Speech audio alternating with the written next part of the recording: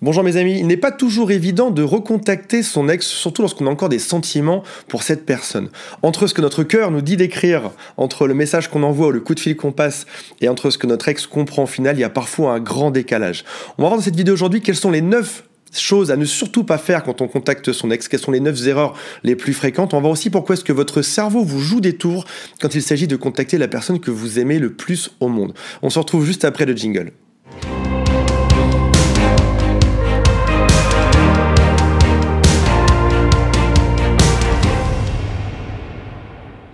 Avant de démarrer cette vidéo, j'aimerais juste vous lire le témoignage d'une personne qui a réussi à récupérer votre ex parce que je sais que ça vous met du baume au cœur de voir que beaucoup de gens y arrivent et ça va vous remotiver. Salut les pitbulls, dit cette personne, je viens de vous annoncer la réussite de ma reconquête après 6 mois de travail acharné. Une nouvelle histoire commence, merci au coaching d'Antoine, merci à vous pour certains conseils. Parfois dans reconquête c'est très rapide, c'est de l'ordre de quelques heures, parfois ça peut durer 6 mois, l'important c'est toujours d'être fort, de rester solide et de ne pas se laisser décourager. Je vous rappelle aussi qu'il y a juste sous cette vidéo un lien pour savoir quelles sont vos chances de récupérer votre ex. C'est un petit quiz rapide. En quelques clics, vous avez un rapport complet et gratuit sur votre situation et sur les meilleures stratégies à mettre en place. Vous avez aussi accès aux membres de mon équipe qui vous répondent gratuitement pour faire un point sur votre situation. C'est juste en dessous dans la description de cette vidéo. La première grosse erreur, c'est la demande d'explication. Typiquement, c'est des messages du genre « il faut qu'on parle » ou alors « j'ai besoin de te parler ». Il faut que je te vois, c'est très important. Et ce qu'il faut savoir, c'est qu'il est tout à fait naturel d'avoir besoin d'avoir des explications suite à une rupture amoureuse. On se sent perdu, on comprend pas. Et notre cerveau nous joue des tours aussi. Il est en train de rejouer toutes les phrases, toutes les discussions qui ont été dites dernièrement et il ne comprend pas. Il y a parfois aussi des incohérences. Peut-être que votre ex vous a dit je t'aime il y a 3 mois de ça et aujourd'hui il vous a quitté et du coup vous comprenez pas. Et c'est vrai qu'on a besoin d'explications pour avancer, pour progresser, pour comprendre ce qui s'est mal passé. Seulement le problème c'est que l'ex n'a pas toujours les réponses à vos questions, pas toujours au moment où vous les demandez. Et si jamais il n'a pas ces réponses-là, il ne sera pas capable de vous les donner. Souvent quand on quitte quelqu'un, c'est plus par instinct que par vraie raison de logique dans notre cerveau. Son instinct lui a dit qu'il fallait couper cette relation pour le moment parce qu'elle ne le faisait pas aller de l'avant. Votre relation n'était pas positive. Et donc son instinct lui a dit de fuir. Mais expliquer un instinct, c'est compliqué. Souvent, on a la réponse après, au bout de quelques semaines ou quelques mois. C'est là qu'on comprend ce qui s'est passé. C'est là qu'on comprend que quelque chose ne nous allait pas. Pour donner une situation équivalente, peut-être que parfois, vous allez dans un restaurant, vous vous sentez pas à l'aise. Votre instinct vous dit qu'il y a quelque chose qui va pas, ou des fois c'est chez un ami, ou dans une maison particulière, où il y a des endroits qui ne vous vont pas. Vous savez pas pourquoi. Votre instinct vous dit de fuir, d'aller ailleurs, d'aller dans un endroit qui est plus zen, plus sympa. Et après ça, avec l'analyse, au bout de quelques temps, vous pouvez trouver quel était le problème dans cet endroit. Le couple, c'est pareil. Au début, par instinct, la personne en part, elle ne sait pas l'expliquer dès le début, et après ça, elle analyse, elle prend du recul sur elle-même, et elle trouve pourquoi est-ce que ça n'allait pas. Donc, demandez des explications à une personne qui ne peut pas vous en donner, déjà, c'est compliqué. Et puis aussi, ce qu'il faut savoir, c'est que parfois, tout simplement, il y a quelque chose qui est pas très sexy dans le fait de demander des explications. C'est peut-être juste pas la bonne méthode de reconquête amoureuse. On ira plutôt sur de la légèreté, du fun, quelque chose de rigolo, plutôt que d'aller sur des explications longues, pénibles, où votre ex va vous voir pas heureux, triste, en train de pleurer devant lui. Il y a quelque chose qui est pas très cool là-dedans, en tout cas. On en arrive au point numéro 2, qui est la logique. Demandez à son ex pourquoi est-ce qu'il nous quitte aujourd'hui, alors qu'il y a 3 mois, il nous a dit que on allait se marier. Pourquoi est-ce que on s'est quitté alors qu'il y a 3 jours c'était bien quand on a fait un dîner chez des amis? Pourquoi est-ce qu'il nous a quitté ou elle nous a quitté alors qu'on avait le projet de partir faire le tour du monde, etc. On en revient à ce qu'on a dit dans le point numéro 1, la logique n'est pas impliquée. Tu ne peux pas raisonner quelqu'un, tu ne peux pas rendre amoureux quelqu'un par de la logique. Tu ne peux pas dire à quelqu'un, voilà, vu que tu m'as dit il y a 1 mois de ça que tu m'aimais, donc ça veut dire que tu m'aimes aujourd'hui. Le machin marche pas comme ça. Tu ne peux pas invoquer la logique là-dedans.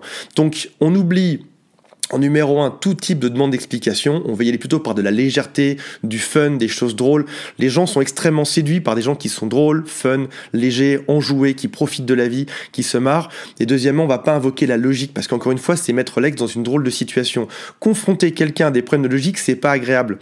Voir quelqu'un qui est triste en face de soi, c'est pas agréable. On veut pas être tous, on veut être une personne fun, légère, beau, belle comme tu l'es aujourd'hui, qui s'amuse dans la vie.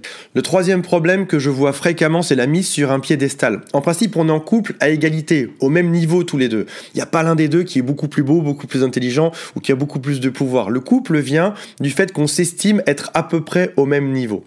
J'ai lu une phrase hier en coaching qui est la suivante. « Je ne retrouverai jamais quelqu'un comme toi. » Qu'est-ce que ça veut dire? Ça veut dire que l'autre est très haut, très génial, très chouette et qu'il est génial, et en plus qu'on n'arrivera jamais nous-mêmes à retrouver quelqu'un. Donc non seulement ça monte l'un, mais ça nous fait baisser nous.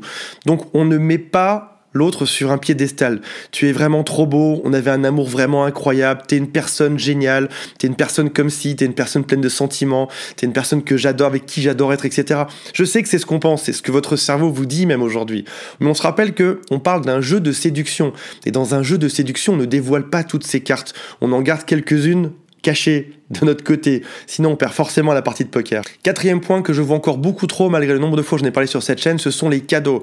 Ça peut être un cadeau physique, comme par exemple une bague, du chocolat, une PlayStation, un sac, un manteau, etc. Mais ça peut aussi être, dans le cadeau, je mets aussi les services qu'on va rendre à notre ex. Comme par exemple, j'ai vu la semaine dernière une personne que j'accompagne qui emmenait ses courses chez l'ex pour lui rendre service, pour pas qu'il ait besoin de sortir et de faire ses courses. On ne fait pas ça. C'est pas en offrant des cadeaux à quelqu'un que l'autre tombe amoureux. T'imagines si jamais je dis à quelqu'un je t'offre un iPhone et donc on couche ensemble, c'est pas être ensemble. Là c'est plutôt avoir une relation de tarifée, amoureuse, qui est dans totalement un autre domaine dans lequel on ne veut pas rentrer. Il y a une stratégie qui s'appelle la stratégie de l'enfant passage. Quand un enfant n'est pas sage, il n'a pas de cadeau. Si votre ex n'est pas sage, ne se comporte pas bien avec vous ou vous repousse, il n'a pas le droit d'avoir un seul cadeau. Même pas un truc qui coûte moins d'euros. Rien du tout. En cinquième point, c'est les demandes en mariage. Alors ça, j'en vois très souvent. Et encore une fois, ça résume à quel point l'être humain adore quand on le rejette, le fameux « fuis-moi, je te suis ». Plus on rejette une personne, plus elle est amoureuse. Peut-être qu'avant, avec votre ex, vous aviez parlé de vous marier, d'avancer ensemble, etc. Mais vous saviez pas trop. Et puis là, le fait que la rupture avance dans le temps et vous fasse réfléchir à ça, vous dites « mais oui, mais c'est sûr, c'est la bonne personne ». Parce que lorsqu'on se fait rejeter, qu'est-ce qui se passe? On a tendance à suivre l'autre. Notre cerveau s'emballe et nous donne l'illusion qu'on est encore plus amoureux de l'autre que ce qu'on pensait avant. Et donc, je vois énormément de demandes en mariage.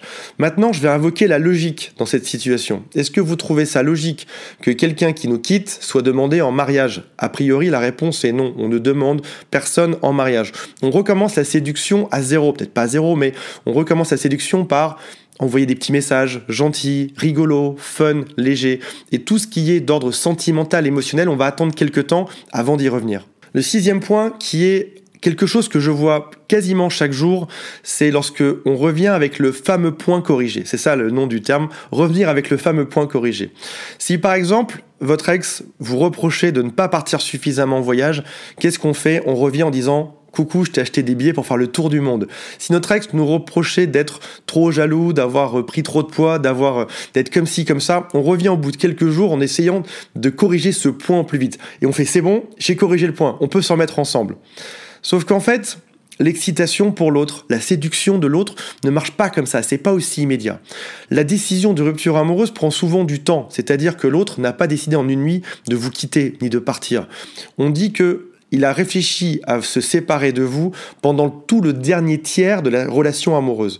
Donc ça veut dire que si jamais votre relation a duré 3 ans, pendant toute la dernière année, en tout cas c'est une théorie qui n'a jamais été vérifiée, mais qui à mon avis qui est assez juste, pendant toute la dernière année, l'autre a songé à nous quitter.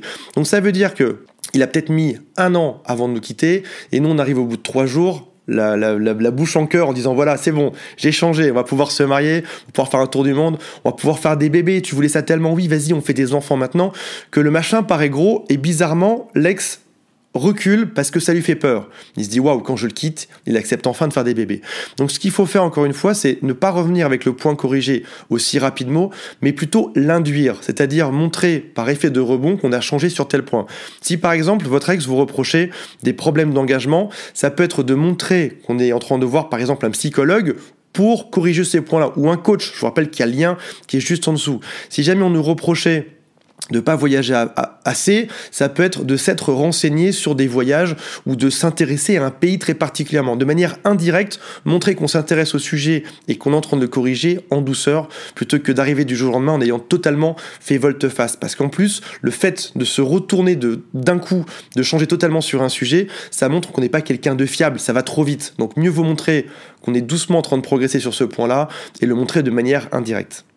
Le 7e point qui ne marche absolument pas, c'est rendre jaloux. Typiquement, c'est voilà, je vais me montrer sur Instagram, sur Facebook, sur TikTok, sur tous les réseaux sociaux, au bras de quelqu'un d'autre. On va faire comme si. Donc là, on va dans une soirée, on fait comme si, soit on se met proche d'inconnus, soit on demande à nos amis de venir liker, de mettre des commentaires sur les choses, etc. Vous ne rendrez jamais autant quelqu'un jaloux que si vous avez une vie heureuse. Pas besoin d'en montrer trop. Vous savez, c'est comme ce dicton sur les jupes qui dit que les plus jolies jupes sont celles qui laissent deviner des choses.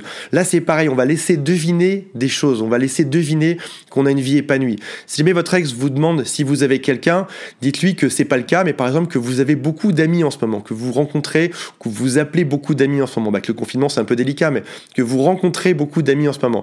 Si jamais il vous demande si vous vous occupez, dites-lui que vous êtes débordé et que vous avez en ce moment que vous passez des très bons moments.